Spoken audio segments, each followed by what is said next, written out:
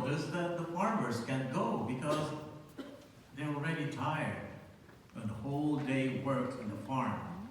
So the fathers, the early priests in the Philippines, with the Spaniards, they started, oh, why don't we change the time of the Mass? And in fact, it is a tradition also of the church, way back. Even in the early Christians, they always have a Mass of Our Lady of Dawn. And if you notice, if you just like recall the last Sunday Mass, the antiphon, that's really the Mass of Our Lady. And so they decided, let's do it at 4 o'clock in the morning. In fact, right now in the Philippines, starting December 16th up to the 24th dawn, people gather in the church, big crowd, to have that Mass. And it's a great celebration so that also during that time, the farmers can go before they work, celebrate the Mass. And at the same time, during that month, December is a harvest time, the third harvest of the year, which they can offer their harvest. At the same time, the fishermen coming from the sea with their catch, they can also offer it in the church. And in fact, they are guided by the parole. We call it parole. We have this ornament of stars which guide the people going to the church. And in fact, even now in the Philippines, they still do that. Okay. Of course, with those electric lights. And it's a very big festivities in our country. And so it becomes like a tradition for us, the simbang Gabi. For the past days of the Advent, Advent is coming, the coming of our Lord. In the first 2 weeks, we were having the prophetic messages from Isaiah of his second coming. And now the last 2 weeks, we are preparing for his nativity, the commemoration of his first coming, the first Advent nativity. And most of the readings for the past few days, aside from preparing and waiting, we are asked to do something. How to prepare ourselves.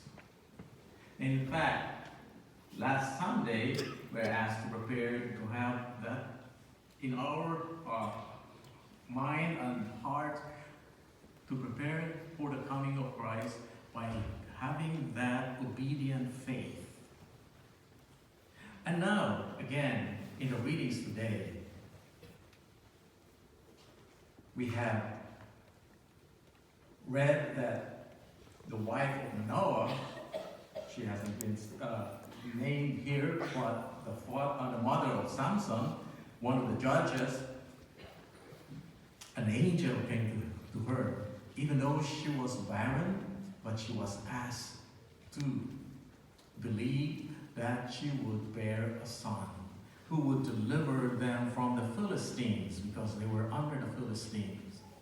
And she believed in spite of her limitation, in spite of being barren. In the gospel today, it wasn't the angel Gabriel appeared not to Elizabeth, but to Zechariah, the priest. But yet, she questioned the angel. How could this be? I'm already old, and my wife is barren. And so angel Gabriel said, I have already told this. This is coming from the Lord, His word.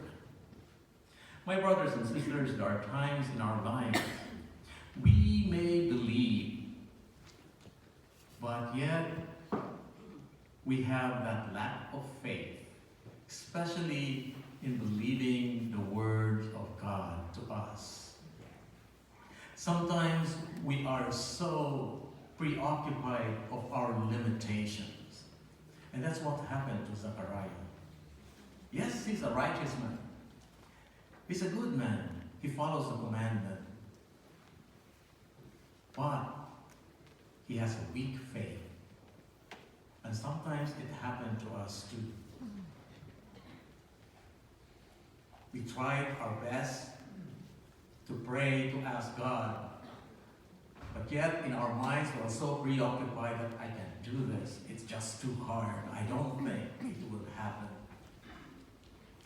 And we are so preoccupied with the limitations we have.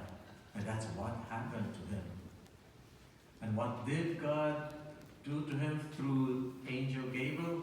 He became speechless. He was mute. And why did God put that or give that to him?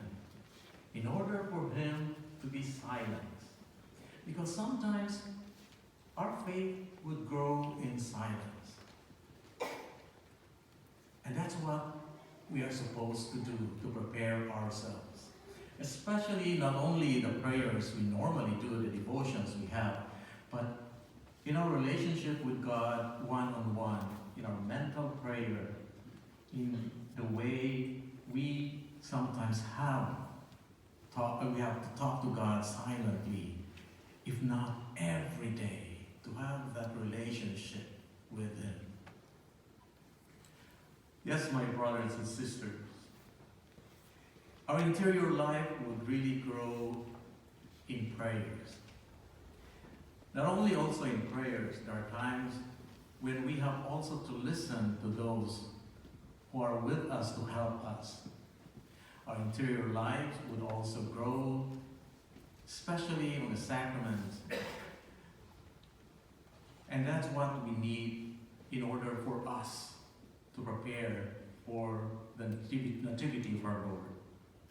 Remember, our Lord was born as a poor baby, helpless. To accept the coming of Him is a likely form of a poor and helpless infant. We need to rely less on what we already know, but more on what God has revealed to us.